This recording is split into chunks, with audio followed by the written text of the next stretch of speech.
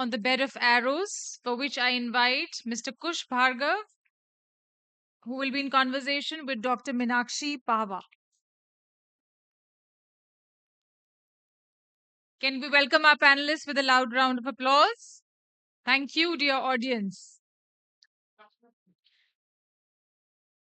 This will this session will also witness the Central India launch of Mr. Bhargav's book, The Bed of Arrows, and to launch the book in Bhopal Literature and Art Festival, I now request Mr. Satish Jha, social entrepreneur from Boston, Mr. Pradeep Bejal, former civil servant and former chairman of TRAI, and Mr. Raghav Chandra, the founder director of BLF, to formally launch the book. This is the Central India launch of Mr. Bhargav's book, Bed of Arrows.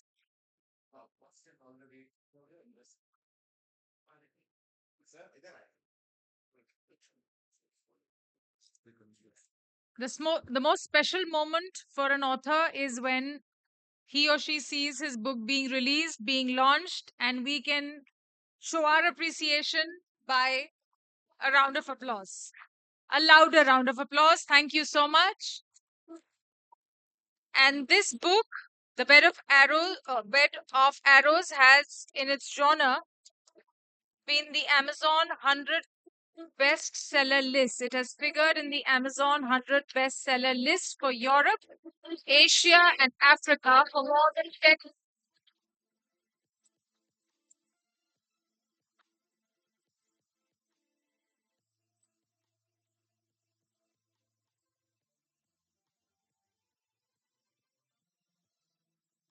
Amazon 100 bestseller list for Europe, Asia, and Africa. In this book, Mr. Kush Bhargava retells Mahabharat through the eyes of a man whose decision to relinquish his right to the throne ironically fuels a fight for it and nearly takes the kingdom towards doom.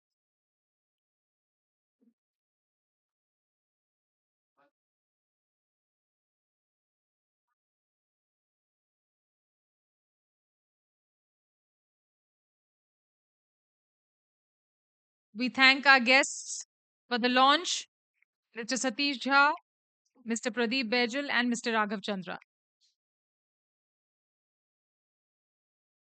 One of the haunting images from Mahabharat is Bhishma lying on his bed of arrows for 58 nights, waiting to summon Yam, the Lord of Death, as he meditates on the nature of heroism, sacrifice, and the eternal struggle between dharma and desire. To share his thoughts on the same, Mr. Kush Bhargava is with us and he will be in conversation with Dr. Meenakshi Pawha. Quickly, I will share some details from their very illustrious bio. Mr. Bhargava, a descendant of the illustrious Munshi Naval Kishore, founder of the iconic 19th century Naval Kishore Press in Lucknow, has had a distinguished career spanning politics, sports, and the arts. Formerly the chairman of the UP State Congress Media Department and a two-term member of the All India Congress Committee, Mr. Bhargava eventually distanced himself from active politics and became an active part of the sports administration in Uttar Pradesh. On the creative front, he's produced telefilms exploring themes of women's persecution. He also writes columns for the Times of India and The Pioneer on international affairs. Bed of Arrows is his second novel following his debut, Dance of Destiny. Dr. Meenakshi Pawha retired as a professor at Department of English and Modern European Languages at the University of Lucknow. She's published 2 books and several research papers. She's the recipient of the Fulbright Fellowship at New York University, Mellon Fellow at Harvard University, and British Council's Charles Wallace India Trust Fellow at Cambridge. She has also authored 2 books, and her translations of short stories and essays in literary criticism have been published in prestigious literary journals. Dr. Pawha is a theatre enthusiast, voracious reader, avid traveler, and cinephile. She enjoys listening to music in any form and is passionate about India's cultural heritage, especially performing arts and textile. We request our guests to begin the session.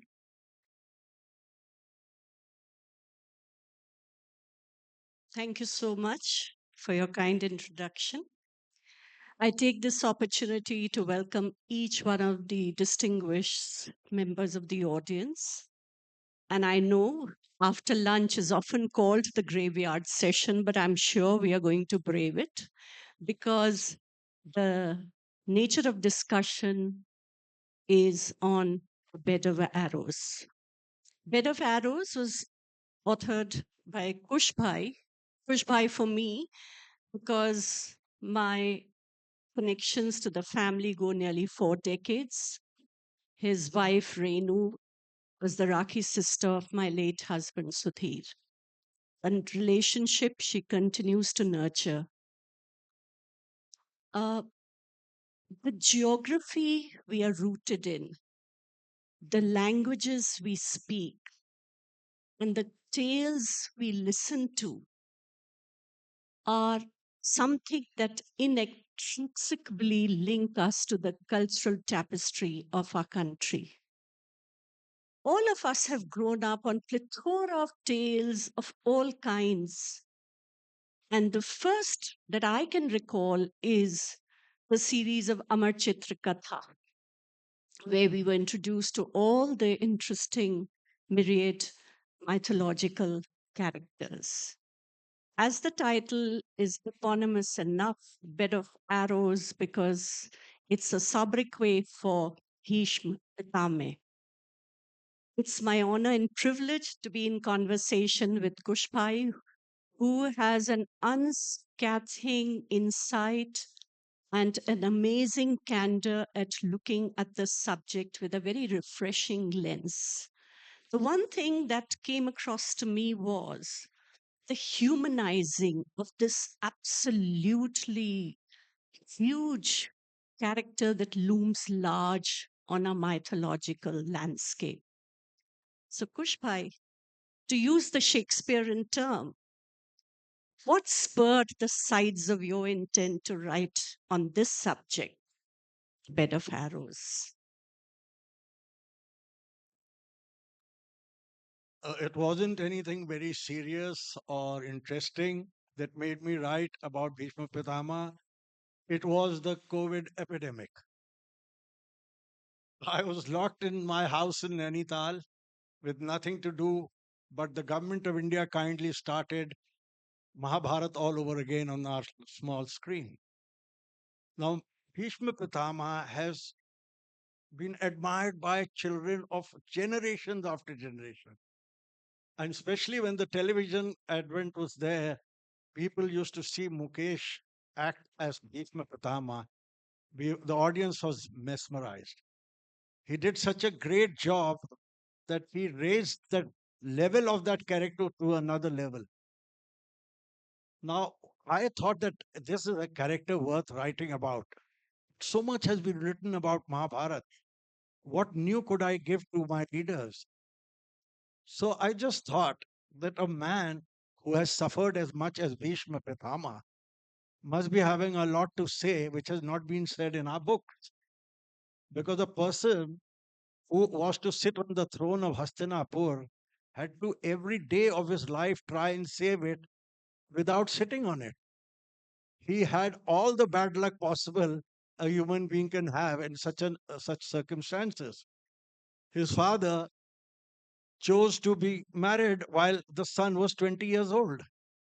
While Bhishma, as Devavrat, was waiting to be married, his father had fallen in love with a fisherwoman. Now, what was he to do? He loved his father. He had never stayed in Hastinapur palace before. He was not born there, he was not raised there. He was raised by his mother, goddess Ganga, up high up in the Himalayas. And when he enters the palace as a 16-year-old, in a couple of years, he's told that his father is in love. Now, what is he supposed to do? So he goes and gets the girl his father loves and gets them married. That's all right. But he takes a vow now never to get married. Now, if he doesn't get married, that's the only son the king has. You can imagine the problems there. So the father, the wily father of Satyavati, the bride, takes a promise from Bhishma that he would never get married again so that his daughter's children could get to the throne. Now he calmly and coolly promises him and takes a vow never to get married. So this whole book and the whole of Mahabharata is based on this one vow of Bhishma Pitamah. Had Bhishma Pitamah never taken this vow, there would have been no Mahabharata. Now, to know the entire story, most of you must be knowing what Mahabharata is all about, what the story is. But if you read the book, you may find some detailed reasons for feeling the way Bhishma did all his life. That he, though he had been absorbed of this vow, he still stuck to it for no reason that can be explained because he had been absorbed. That you will no sin will attach to you because both the princes are dead and you should get your throne back. Now Satyavati's father is not interested in your vow, so give it up and get married. And lo and behold, there was a girl waiting for him who was saying that she loved him, who he had abducted but refused to marry. So what I want to say to you all is that the story of Mahabharata is known to all, but the story is not so straightforward. It is winding. All the time Bhishma Pitama is giving up something or giving a reason for something not to get onto the throne, but he is unable to save the throne if his nephews and grandnephews carry on doing what they keep doing. They are sinful. That is the story of the Pandav and Kaurav's war. I would like you to read it just as an introduction. I wanted to tell you the plot that I have made. Thank you. Thank you, Kushbai, for a Very welcome. brief introduction to the novel because most of the audience may not have read it yet. They will be interested to read it now, I guess. Uh, you talk about, and we all know it's an open part of our literary practice, the plurality of texts in the Indian storytelling tradition. There is no such thing called sacrosanct because the way our narratives unfold, we don't see it as sacrilege. Therefore, when you chose to write on Bhishma, you're obviously treading on that age old tradition of the plurality of text that India is very proud of. You know, the way we interpret tales, the way we interpret God, the kind of plurality we have amongst the gods and the goddesses in the mythological pantheon.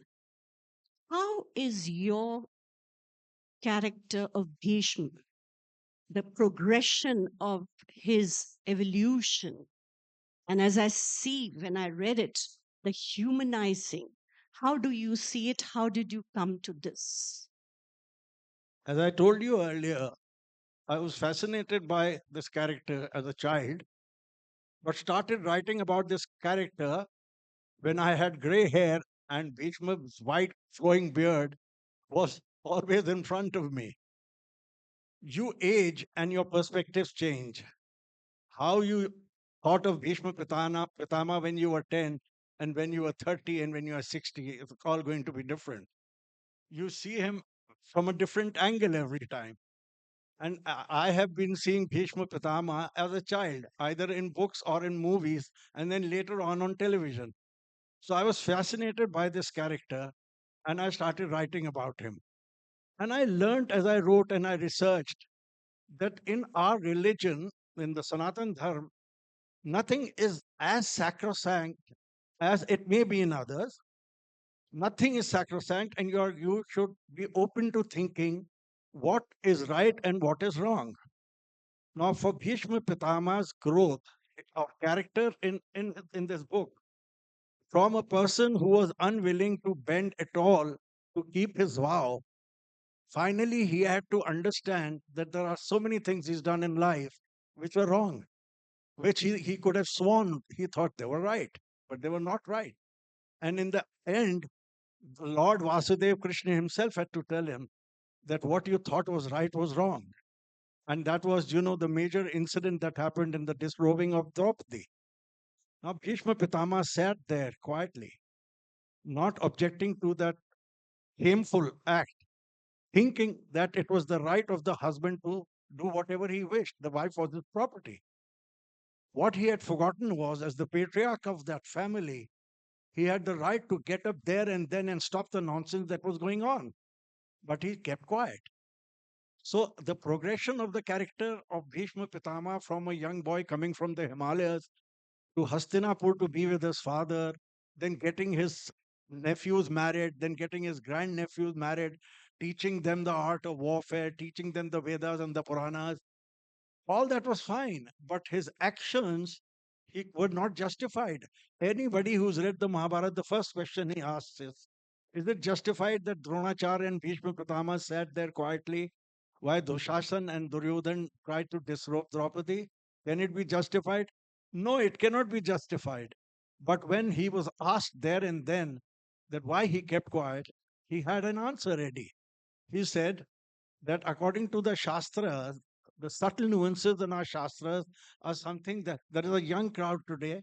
So I want to tell you that there are nuances in the Shastras which are based on understanding of a situation. Not it's not only the written word.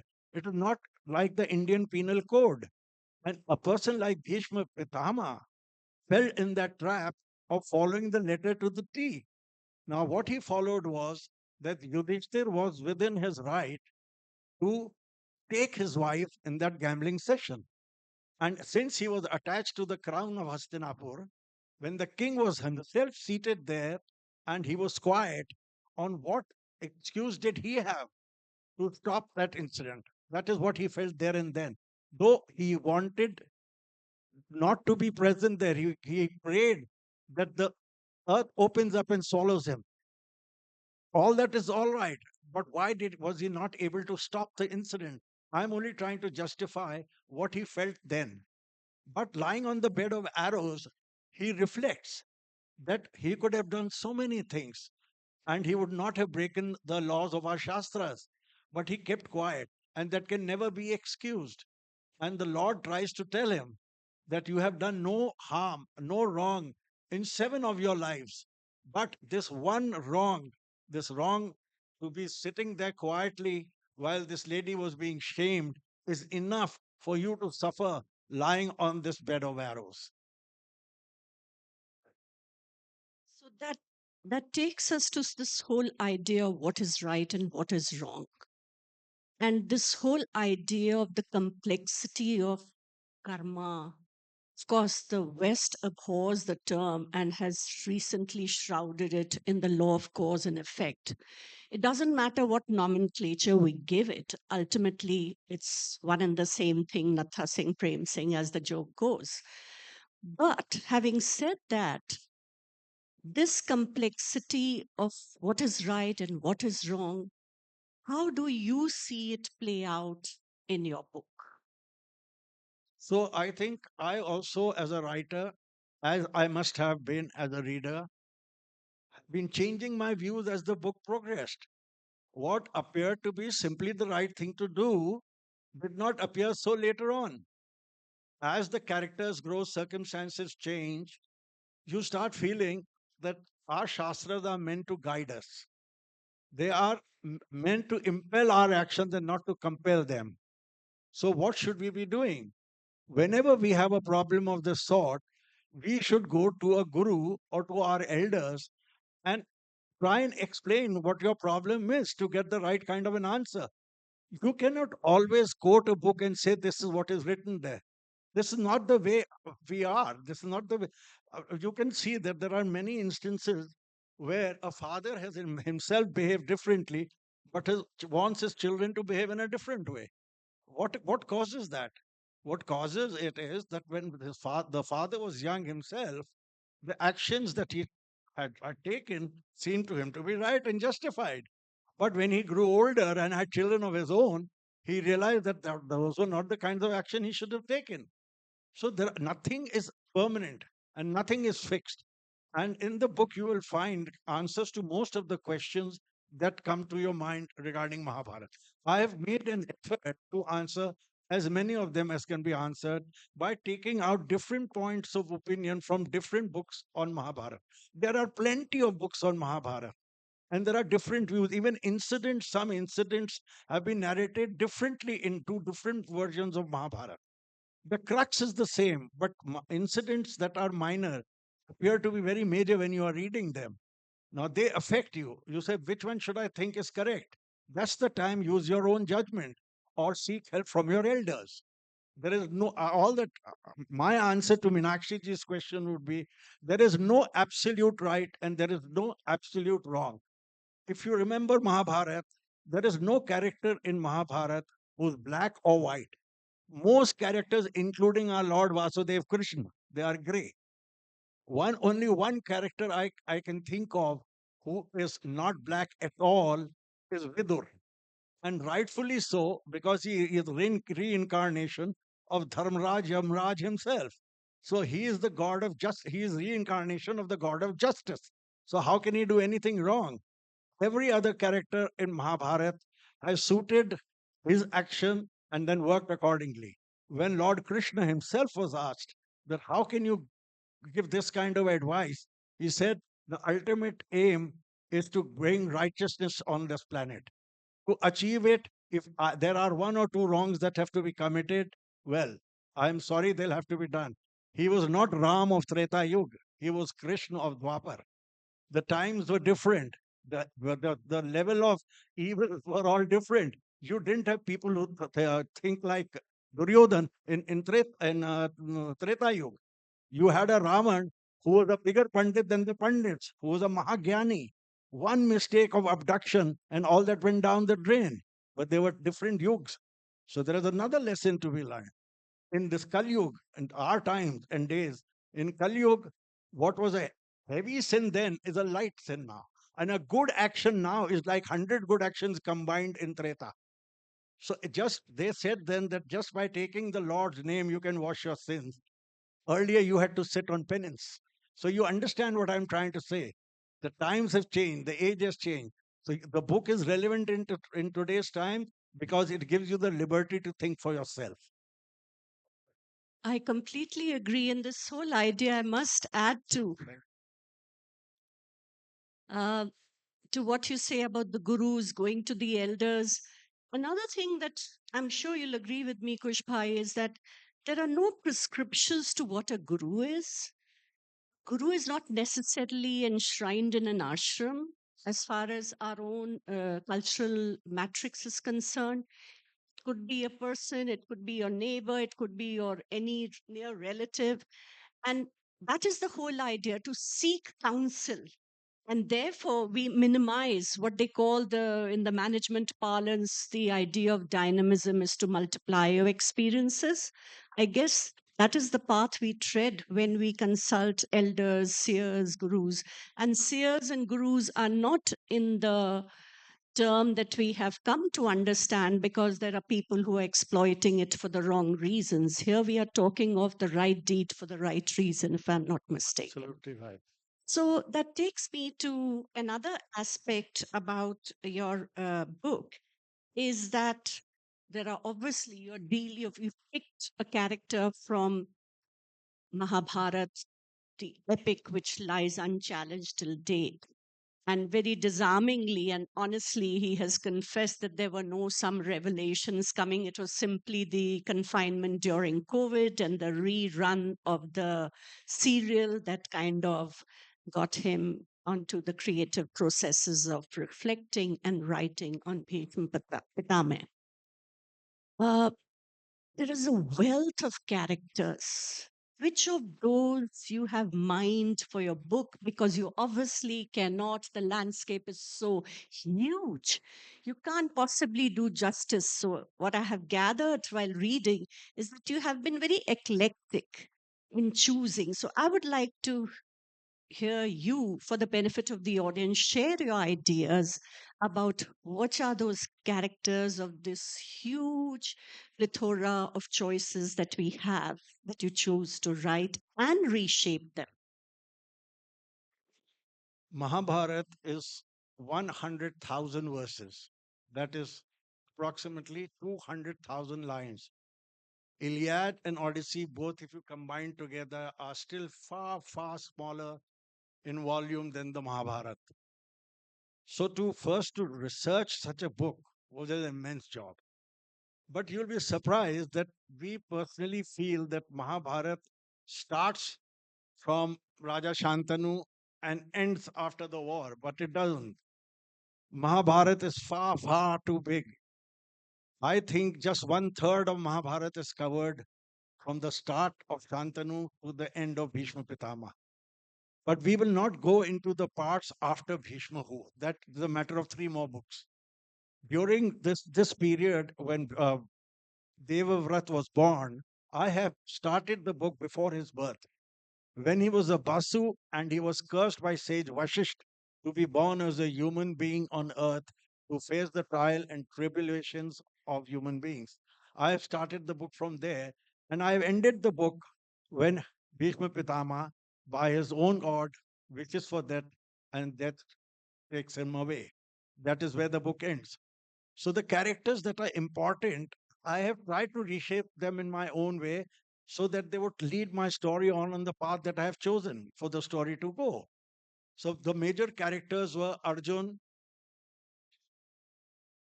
Dhritarashtra, Duryodhan, Shakuni, Kunti, and Bhishma. I mean, major six characters have done all the major speaking in the book. The rest come and go, and that is how the way it is in Mahabharata. Whosoever's perspective you may choose, but these are the main characters of the epic. So they are the only ones which needed a little bit of reshaping. The rest could be shown as they were.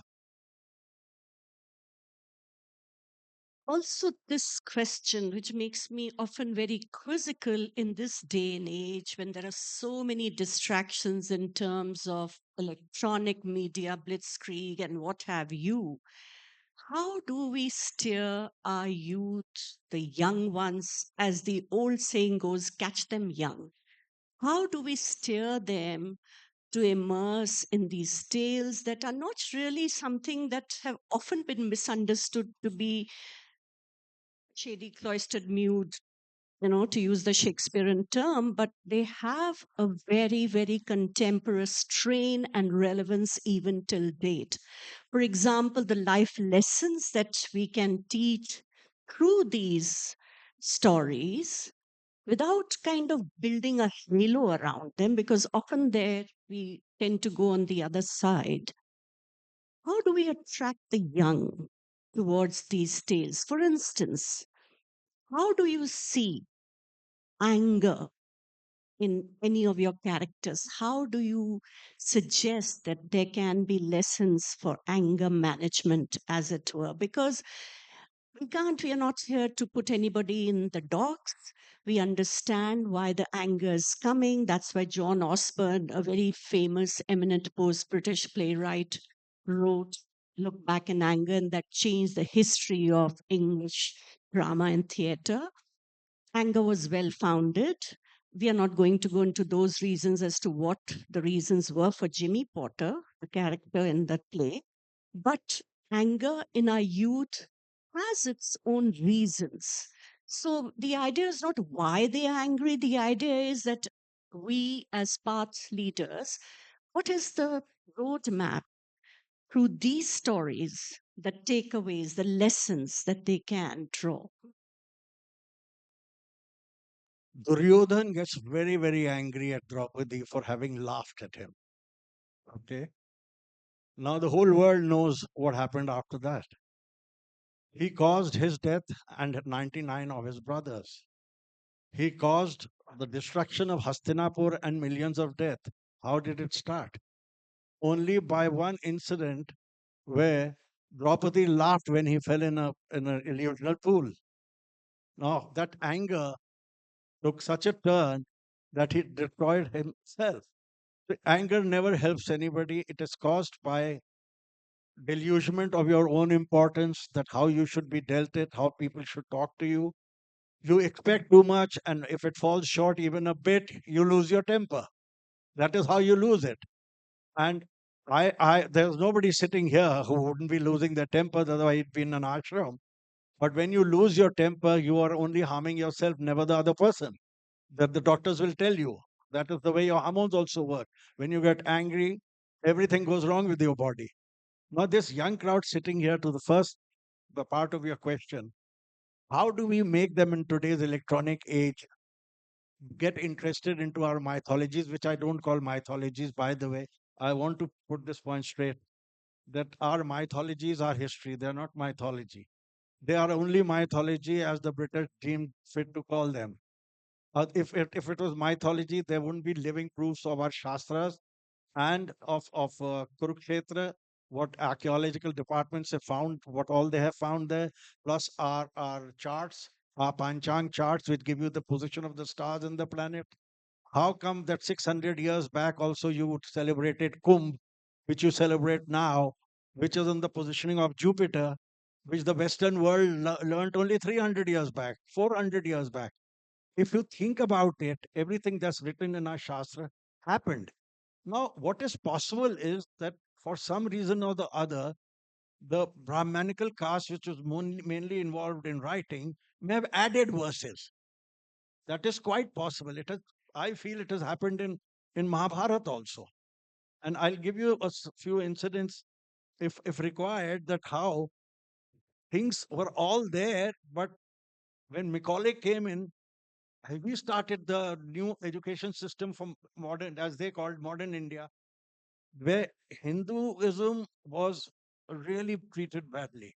And the Hindu as they called them mythologicals, were made fun of. It is only now, after we gained independence, that we have started understanding our religion because those books are freely available. Earlier, they were never taught in schools. Where could you learn them? You had to be in an ashram to learn about your religion.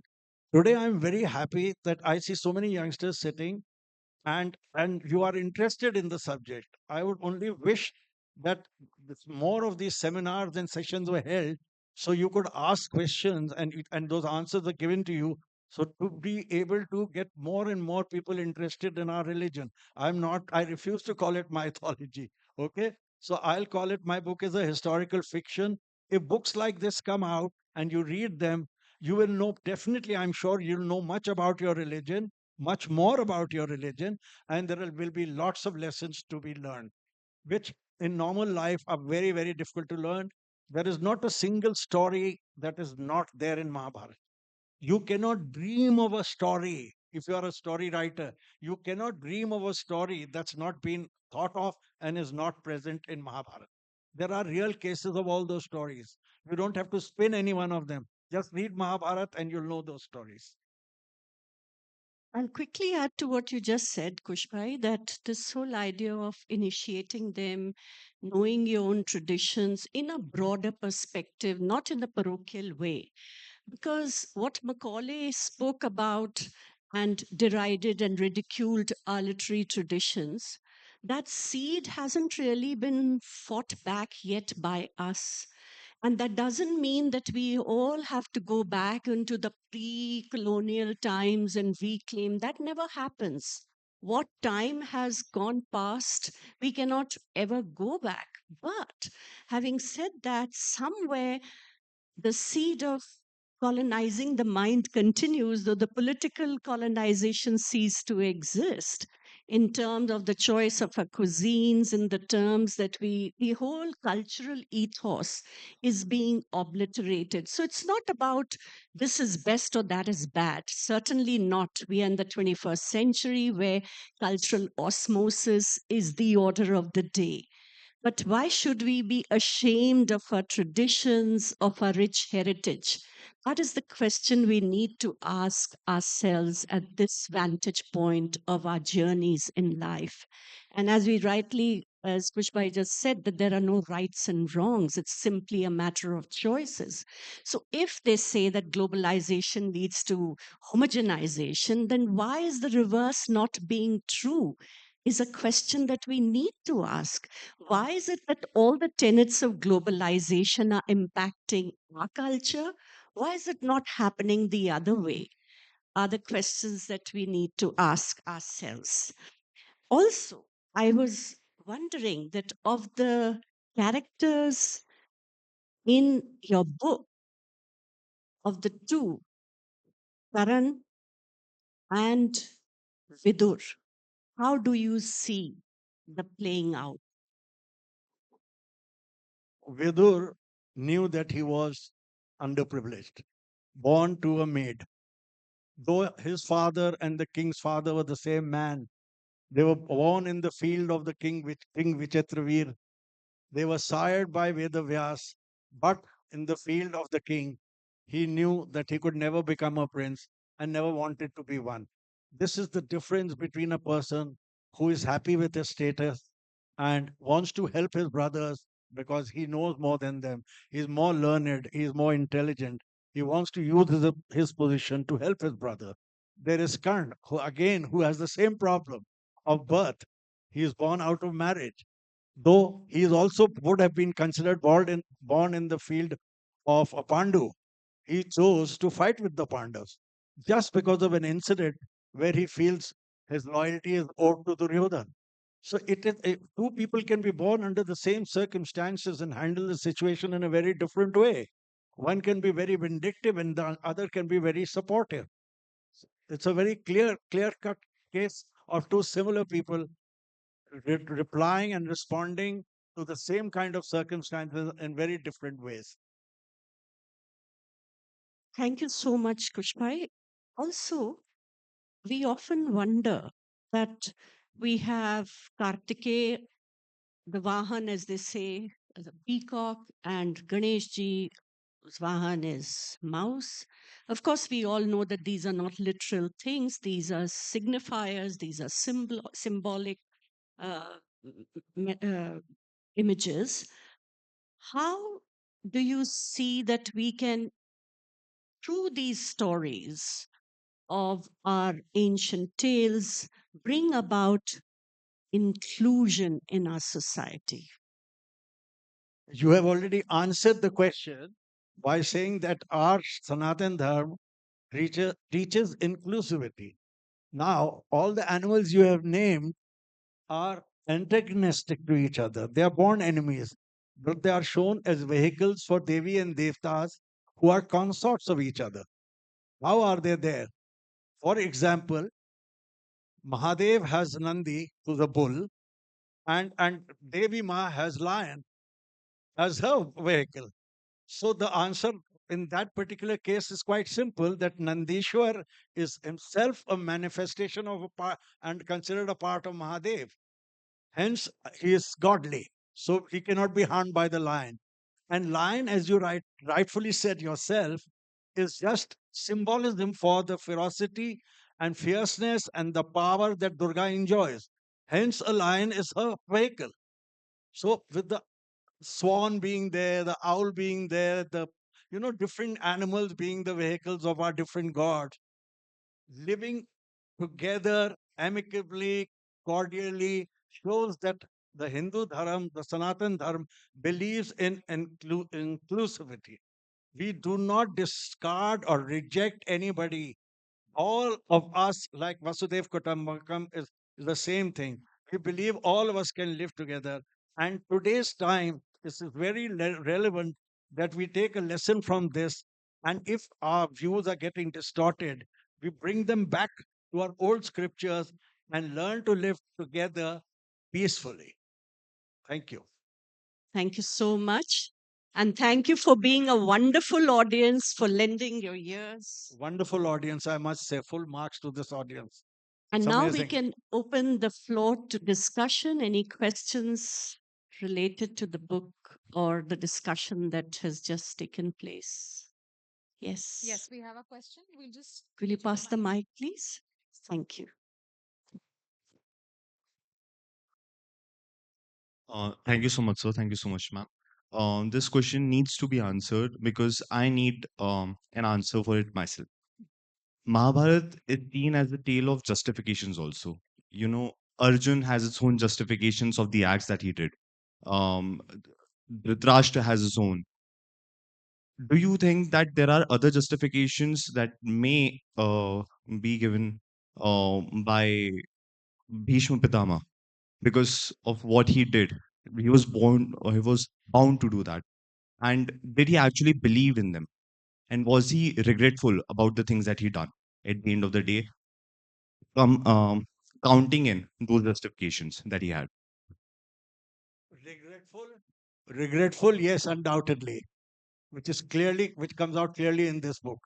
Bhishma Pitamah regretted and regretted and regretted on this bed of arrows.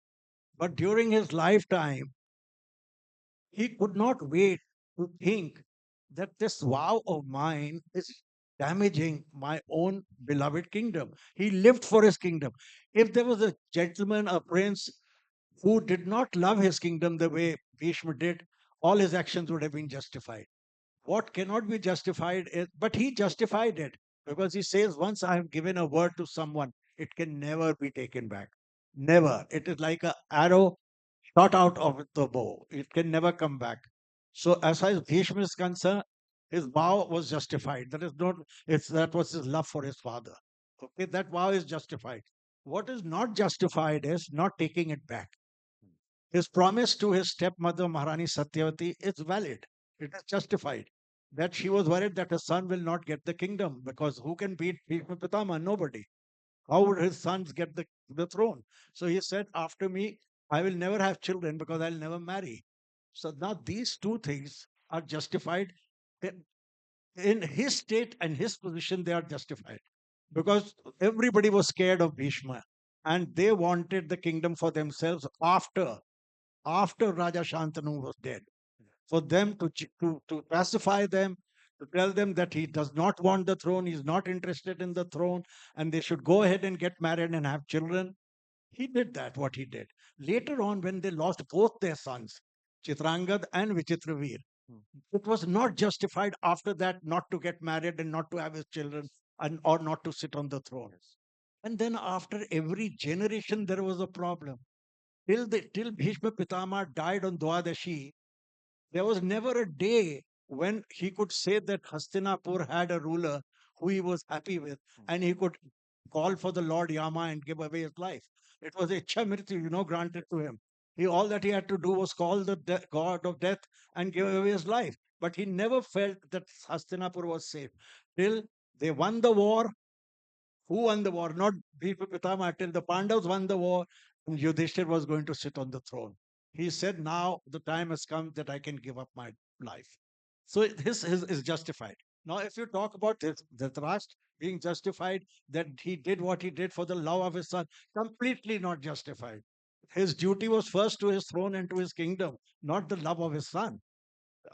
Completely unjustified and cannot be justified by anyone, and nobody has ever tried to justify it. The third character is Arjun, you mentioned. Now, which of the actions of Arjun do you feel needs justification? Which one are you talking about? So when Bhagavad Gita is going to start, the one answer that Sri Hari Krishna says to Arjun is that you have to start it because there needs to be a ratification in regards to karma, and that is the act where he says that okay, now this act when I sling an arrow from my bow, this is justified because I have to ratify the karma. Now this is the act. Absolutely. So Arjun was the one who does not need justification because he had refused to fight. Now, when he had refused to fight, he was justified in refusing to fight because the enemy side had all his cousins and his gurus and Bhishma Pitama, the patriarch of the family. So he was justified in saying, I don't want to kill them, I don't want to fight with them. And hence, the Lord had to Intervene. change his mind by by telling him about Gita. The sacred Gita comes from there, though it was not for the first time that Gita was told. It was the third time. But for us, it appears that Gita was first time delivered there and then on Kurukshetra. But he needed no justification. The Lord said, "You are not going to be killing anybody. You are just going to change their clothes." You know the rest. Thank you. Any other questions? Yes. Hello. Yeah. Sir, in addition to his question, with respect to Bhishma Pitama, what about the three princes of Kashi? Amba, Ambalika, about them, I want to know. It was a terrible thing for him to do, not to marry Amba. Abduction was not terrible. because abduction was the done thing those days. And if a husband could abduct a girl from his father's kingdom, he was considered the best son in law. But he had to be a prince. It was not open to open game for everybody. So the abduction, there was nothing wrong with the abduction. The problem was that he didn't realize that the three girls he had brought for his brothers, the eldest one was already in love with somebody, and that somebody had refused her, and the only one she was willing to marry was Bhishma Pitamah. That was where the problem started.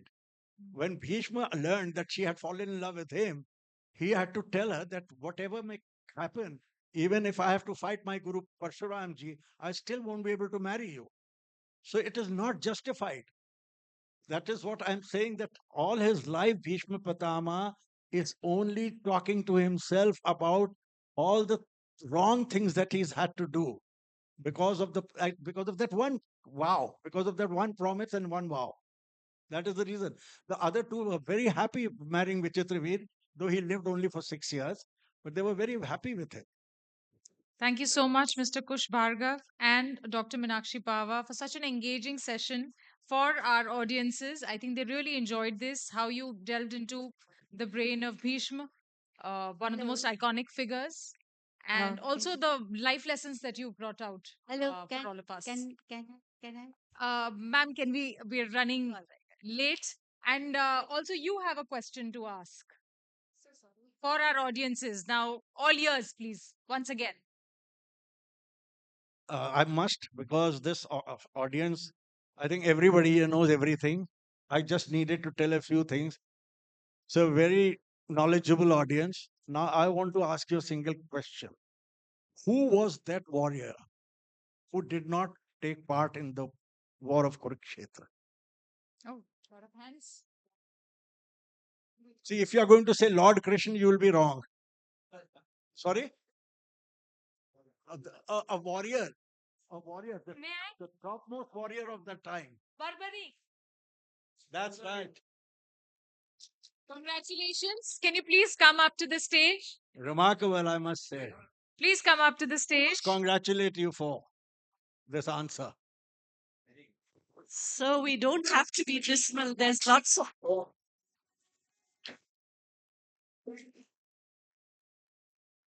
Congratulations. And the book that you get is Living an Enriched Life by Dale Carnegie, which will equip you with all the tools that will help you in achieving all your goals.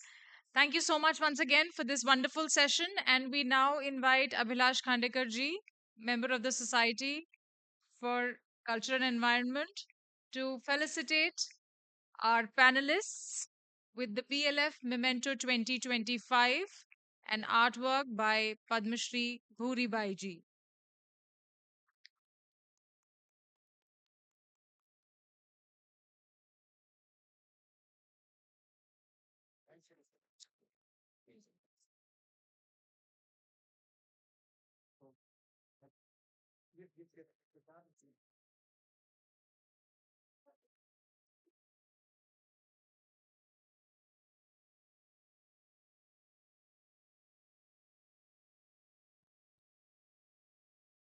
I'll be requesting all of you to please settle down क्योंकि जो अगला session है मुझे नहीं लगता आपको miss करना चाहिए. It is highly important for all the women